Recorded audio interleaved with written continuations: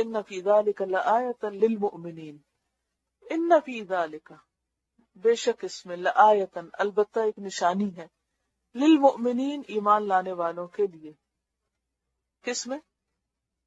اس عذاب کے اندر اور اس تباہی کے اندر، کیونکہ جہاں یہ بستیاں تھیں ان کے اندر 4 لاکھ لڑنے والے مرد تھے، اتنی بڑی فوج تھی ان کی،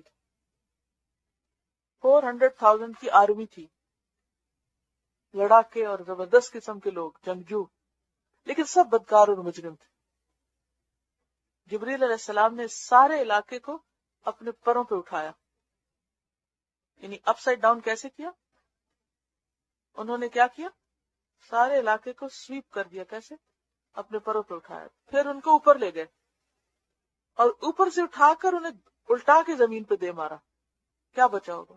کوئی چھت سے بھی گرے تو آپ دیکھیں، کسی ہائی رائز سے کوئی چھلانگ لگائے، کیا بچتا ہے؟ کبھی آپ نے کوئی ایسی چیز دیکھی ہوگی؟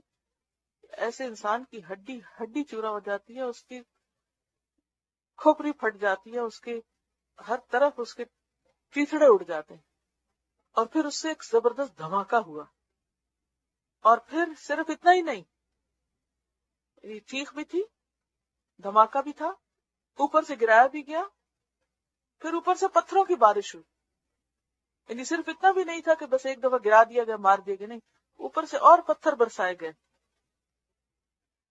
اور پھر یہ علاقہ جو ہے سطح سمندر سے 400 کلومیٹر نیچے چلا گیا، دھس گئے زمین میں، اوپر پانی آ گیا، اور وہاں پر ڈیڈ سی ہے۔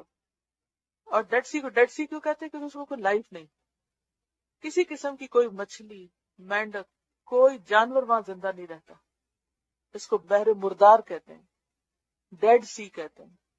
آج بھی یہ ایمان والوں کے لیے ایک نشانی ہے، ایک عبرت کا مقام ہے۔ اب دیکھیے کہ پیغمبر کی نشانی کیا ہے۔ پیغمبر کے ساتھ 2 لڑکیاں ہیں، بیوی بھی پیچھے رہ گئی، 3 people were saved، اور ان کے سارے دشمن جو ان کو ہر بات میں ستاتے تھے، جو لاکھوں کے حساب سے ان کے واریر مین تھے، وہ سب اللہ کے عذاب کا مقابلہ نہیں کر سکے، بچا نہیں سکے اپنے آپ کو، سب کے سب تباہ ہوئے۔ یعنی قرآن صاحب بتاتا ہے کہ کس جرم میں وہ پکڑے گئے اور کس طریقے سے تباہ ہوئے۔ اور پھر یہ کہ ہر چیز الٹ جو گئی، تو آپ خود سوچے کہ یعنی آدمی سے اٹھا کے واپس الٹا کے جب مارا گیا تو وہ صرف زمین پہ نہیں رہے، وہ گڑھے میں دبتے گئے دبتے گئے دبتے گئے، 400 کلومیٹر نیچے چلے گئے، اور پھر اوپر پانی آ گیا، اور پھر جو نیچے دب رہے تھے تو اوپر سے پتھر پڑ رہے تھے۔